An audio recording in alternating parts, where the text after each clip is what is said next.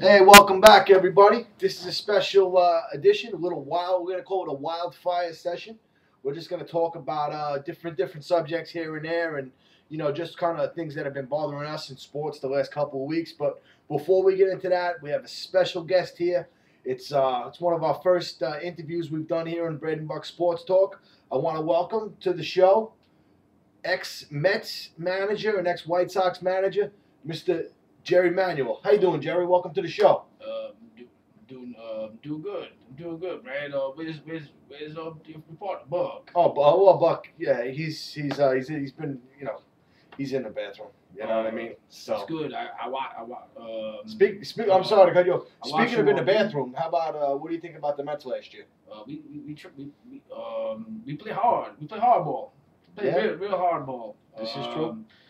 And I keep on telling myself I go to sleep and I wake up in the middle of the night and I see Castillo dropping the ball. I said, son, you use two hands on the ball. God gave you two hands, son. I said, now you gotta go up there and hit the ball. You got that limp. Yeah, he does. He does have the limp. What? So how's your winter been so far, Jerry? It's a little different being out of baseball now, huh? It's been real good. I can stay away from the clubhouse because they be having a lot of fights in there now. Yeah, this is true. Plus, everybody's getting arrested. I see K-Rod, A-Rod, Mistake Rod. He was throwing some haymakers. I never seen Jose Reyes move so quick.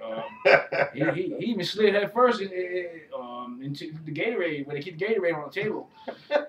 But that's good. I mean, I don't think the Will Palms be able to. I don't think they'd be able to afford me now with the with all that. Hey, Mike, you're not Mike. You're not Mike. We should talk to Mike on Thursdays. Oh, that's right. I'm on the bread and Buck. Buck ain't even here now. But, it's true. Well, Jerry, I want to thank you, man, for coming in. I hope you guys hope they play hard for you. And I tell everybody that my guys are gonna come back soon. But they never came back healthy. But all right, we're gonna get out of here. Thank you very much, right. Jerry. Take care. So I don't know how that one came out. That's funny though. It's good. So yeah, just a little something silly. Something that's on Brad's mind real quick, and he wants to get it out real quick.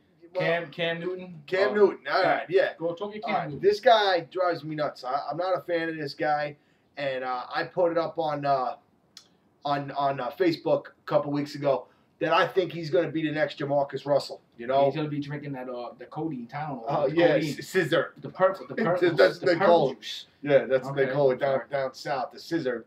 Well, anyway, he threw at the scouting combine yesterday, and he bombed big time. And he decided to throw. Other quarterbacks didn't throw. He did. He looked horrible, and now he's getting comparisons to Jamarcus Russell. So I'm not here tooting my own horn or anything like that, but that's what I thought about this guy. He's got a great arm, but he's got no accuracy. And if you watch any of the video, his passes were flying all over the place. And this is the same guy who last week referred to himself as an entertainer and an icon. Just like that. He's like, it's not easy being an entertainer and an icon. And I mean, this guy's a nobody. This guy's most famous for his father getting $180,000 to play football in Mississippi State. He had no idea what was going on. No, he had no clue. So foolish. It's that's just something I wish good luck to him. So yeah, but he's got the trophy of death. The Heisman Trophy. Yeah. I mean, I don't know how many Heisman Trophy winners you see. It's true. Do good in the NFL. It is. And he's going to throw like I don't know how he throws. I'm not like a scouting guy, but I know he didn't really run the drills good either. No, he didn't do the long jump good either. So I'm not into the combine. Boy, into the combine. But it only gives what you an Rex idea. says at the combine. That's Rex Ryan. Something. Yeah. Well, anyway, but we're not gonna get into that. One fan. Yeah, Rex Ryan. He's coming to a barbecue this summer. But excuse me. Cam Newton hired. He's got him so messed up. Yeah. Rex. Cam Newton hired this guy George Whitlock, who's like a quarterback guru. He's worked with other quarterbacks before they were drafted and everything. So after he threw at the combine, but didn't he throw at some in front of reporters weeks before that? maybe did he do like a workout with them? I'm not sure, but I'm not sure about that. glanced it on ESPN or something like that. Whatever. Anyway, George Whitlock said that, yeah, it was a pop quiz, and he didn't fail, but he didn't do that well. So Jim Rome said, he's like, whoa. He's like, wait a second. It was a pop quiz. He's like, is that like in high school when you have a teacher that you hate who comes in? We come in Monday morning. He's like, okay, everyone, clear your desks and take out your pencils. It's like, no, it's not a pop quiz. You knew about this. A pop quiz is you didn't know about it. You knew about this. He didn't sit and study anything. Yeah, and all the receivers that he threw to weren't his receivers. None of the quarterbacks there were throwing to their own receivers. Anybody that drafts him, that's not going to be receivers either. Right. And I want to see what he does on a Wonderlic test, which is a test that they give to these players, and they use it more for quarterbacks than anything else, and it's like an aptitude test.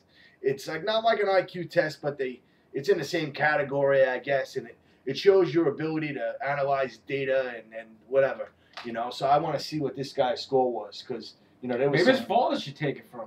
It's true. Go down there and fill it out. Just take Cam's ID or something like that. So take it down and fill this out. Yep, but I didn't know about it. My father. I don't know what father score on that test. Yeah. I don't know. I could be quarterback because I'm an icon. It's and entertainer as well. But another thing we want to talk about this. I know it happened a couple of weeks ago, but that Penguins Islander game. What Mario Lemieux came out a couple of days after, and he said everything he said about, if that's hockey, maybe I need to reevaluate whether I want to be a part of it going forward and everything. And want to touch on that, Bill? Hockey. This is what the hockey needs. The hockey needs this. Yeah, no doubt. Everybody talk. He's played in a time where, they were a lot rougher. I'm talking about in our time. Right. I'm talking about the 80s, late 80s. This is rough. How about the 70s? Right. With that, that's the only reason why fans were even like people who play hockey. I play hockey. You played hockey. We all played hockey, and they're the people that enjoy the sport. This guy turns around and says, "There's something wrong with that." Well, it wasn't wrong when I'm a Ranger fan, but I'm an Islander fan. But when DiPietro's getting his face caved, DiPietro, he's a GQ boy, man. Right. He didn't want to fight. Whatever. Don't say GQ, man. Yeah, he didn't want it. The guy came almost to his crease, man. Yeah, right. He came over all the way to his crease. But why I even brought it up was because Lemieux didn't have a problem when the Penguins were laughing on the bench about the Islanders. Or when Kasparaitis was on his team. DiPietro was right. He was a goalie. He was taking guys' knees out left and right. He didn't care about that. Yeah. It's just so hypocritical. And Lemieux's a punk. He used to duck guys for years. Yeah, but he's the same guy that's going to have somebody, an enforcer, watch his back. Right. Because he wouldn't handle it himself. At least one man Messier who would throw his gloves down. No, if you had to, bro, no doubt about it. It was just real weak. He's a clown. Yeah, it was just real weak. The one thing with the NHL that it's just too many teams, man. Yeah. They got so much teams out there. They don't need unnecessary teams like Atlanta. I don't know how Atlanta's market's doing, but Atlanta. Right. It didn't work the first time. They could barely keep a football stadium. Carolina. Florida's got 2 teams. Right. They can barely take. They don't even go out to baseball games. Right. In Tampa. No, I know. But because you win a Stanley Cup, so I guess you can have a couple sellouts for a couple years. But Tampa. Right. You got Tampa. You got Dallas is doing a little bad. I guess Dallas is doing okay. Right. But then you have other teams. It's too much, man. There's not enough talent, I don't think, in the NHL. It's too watered down. Teams. It's too watered down. And you know what? Every team, injuries can decimate a team now. It's not like it used to be where you had some depth. You get a couple of your key players injured for a long period of time, and your season's done.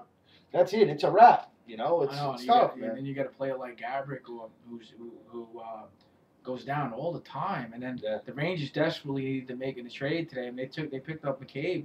Everyone's like, too old. But you need defense. You need an older guy on defense, man. Right. The Rangers need it. Going so young. They sent Del Zotto down. He's got it. Yeah, came up a little hot fire last year.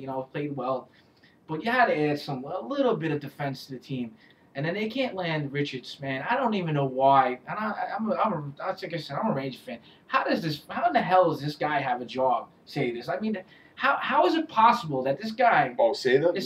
Yeah. No. It's incredible, man. I think him, Isaiah, right? We're hanging out one day, right? And they were in, I guess, MSG bathroom or something like that. And they walked in and saw like Dolan doing something, and they were like, "Yo, dudes, yo, you didn't see me, man. Don't tell nobody. You got jobs for life, man. Right, yeah. Yo, I gotta fire you, but keep on low. I'm gonna get you over some money. I mean, there's something going on in that over there. That this guy still, I agree. He doesn't even make the playoffs, man. Yeah. But nothing said. Yeah. Ranger fans, man, speak out, bro. Let everybody know that this guy ain't cutting it, man. He's not cutting it. Well, that's I think we'll wrap up the old wildfire segment. Yeah, I think I have to go home. I think, right? What do you mean? It's time to go. It? I don't know. Wildfire, yeah. Yo, take care, guys. See you next week. Bread and Buck Sports Talk. Check us out on YouTube.